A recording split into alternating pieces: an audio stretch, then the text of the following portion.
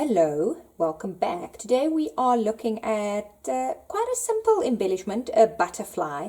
I had seen a pin where they layered book pages and they did like a little twine for the body, and I liked that idea and I thought I'll play around with it and layer up some things, and then when you start playing, this is what happens. So these are ones that I finished. Quite simple. The only real trick, not even trick, is to do the little antenna in the simplest way possible. I cut pages and pages of butterflies using my brother Scan and Cut, using specifically some interesting pages. So I've got some vellum, some old map paper, some music paper. I also have a die, so if you have a die cut machine, that'll also work. So that is that one. And the idea is to layer up different papers and also slightly different sizes. So if you are cutting in your brother Scan and Cut, these are also standard features, standard designs. Just cut them like millimeters smaller than the other one. What I also did, for example, this scrapbook paper was bands at the back and hearts in the front, and I didn't quite like the hearts, but by the time you cut them in shapes, the design on the paper sort of disappears. So that's also a good use of paper that you maybe not so fond of. And the same, I had some jelly plate pools and things, and I cut them. If you don't have a die cut machine and you don't have dies, you can also just freehand draw, or if you have a butterfly stamp, use that as your initial one. I'm going to show you how to do that now. I'm always looking to use up some scrap paper. This is a what's the size? I repacked my desk and now I can't find anything. I think this is a ruler, yes.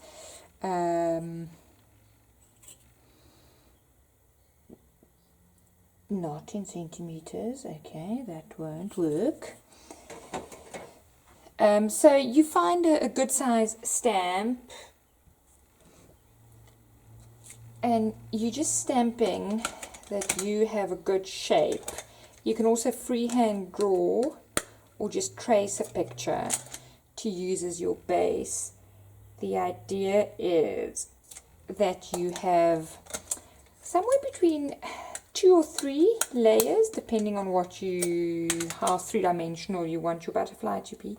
I'm stamping the antenna, but I'm not going to use them. And then you just fussy cut these out, and then you don't even need to use a stamped image. You can just use the back if you didn't want the stamped image on your butterfly. And when you're fussy cutting, see, I didn't even cut the difficult bits. So that one was on the edge, and this one I cut slightly smaller, and then the third one you can cut slightly smaller. It's not about the stamp, it's just about getting the shape that you can layer.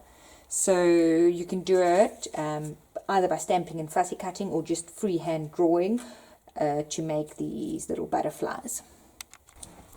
You then just layer your colors and things. So by using a number of textures and colors in your basic cuts, you'll end up with interesting butterflies in any case.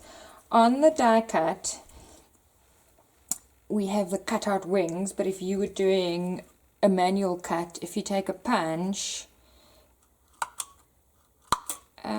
you can just do little irregular circles, something like that, because you'll still get color and things shining through. So it's really just the feeling of it.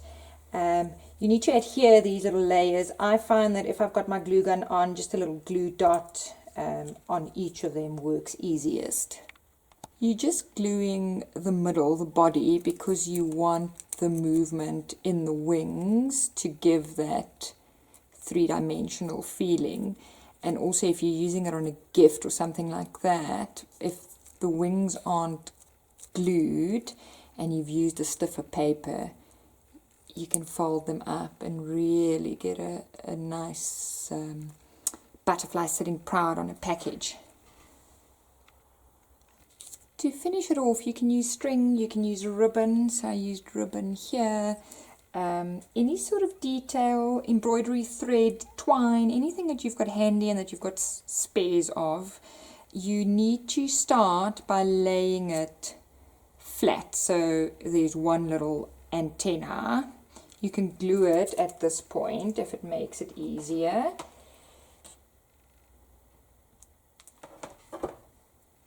So just position it that your antenna is sort of in the right spot, and then you start wrapping around the body to give it a nice little body, and then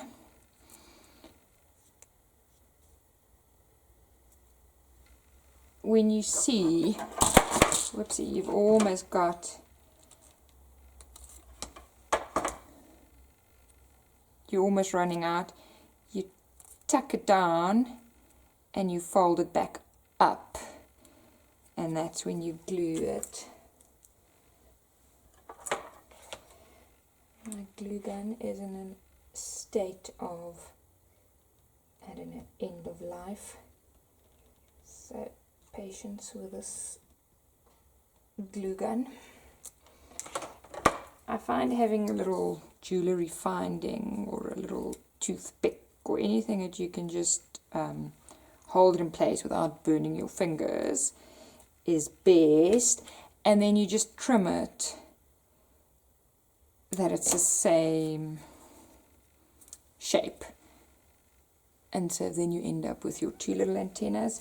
What you can then do is, depending on how decorative you want your little body to be, is just to glue a bead on, just for some shine. I've tried that you string the bead through the string and then put it on the body. Yes, I mean, it looks like you've beaded on, but really gluing it on or beading it through, not such a big difference. What else can you add? If you have some little fragments of chiffon or net lace, just layer it in your, I'm going to call it a butterfly sandwich, glue it, and then once it's glue, just roughly snip it that it's more butterfly shaped, and then you get an effect like that. So it's almost like the webbing that you would find. Again, small little detail, but it adds a nice bit of layering. So this one, I'm going to go to the trouble of threading the beads onto the body string. So you'll just need a needle to thread it on, and then you can just continue as normal. So again, just position it and then wrap it. You just need to make sure that your beads are then where you want them as you go. So, like that, let's glue it. So this is one with a bit of lace. What's quite nice with a scalloped lace is the scallop sort of echoes the shape of the butterfly wings. So really it's just layering and then wrapping. If you wanted to, you could put dangles on the bottom, really as much or as little embellishment as what you would want on these little guys, depending on your purpose. If you're using them in a journal, I'd skip the round beads because they do add quite a lot of bulk. Then one of these flatter guys would do much better on an envelope or something like that. And then play around with textures and the type of paper that you use, but all in all, they are very, very simple embellishments to make. The last one that I saw on Pinterest was them using vellum like this, so there's 3, and crunching it in the middle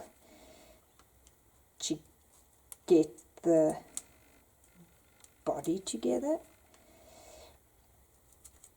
And it does look quite nice. And then tying it with some string. Let's have a look. Almost as if you had ruched the body, but I haven't tried it, so let's try it here. Just don't know how they do. There we go. You just pull it and make sure it doesn't flip up. I expected more of a crumple. Maybe it needs to be tissue. See, if you pull it, it goes up. So you need to make sure that it crumples before you give it a tug. So yeah, not. I mean, it's a look, but it's. I don't love it. So that's the other pin I saw.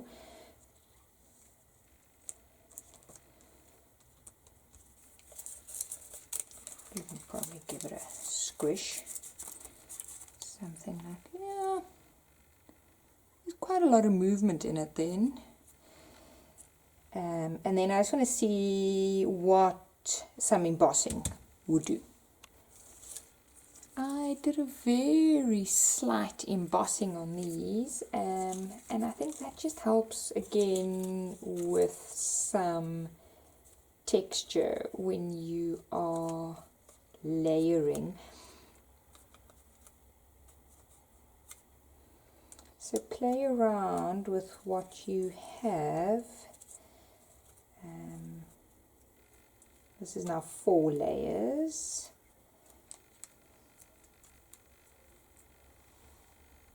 And the embossing adds some weight and some texture. So there you go, some very, very simple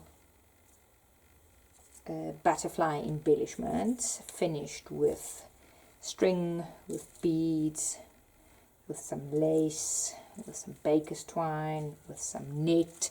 This one actually has stamping on at the back, so the base layer's got some stamping, and then you just layer over that. So have fun with your scraps, and I think this one even tissue paper will look good. And make some embellishments for your stash. Thanks for watching.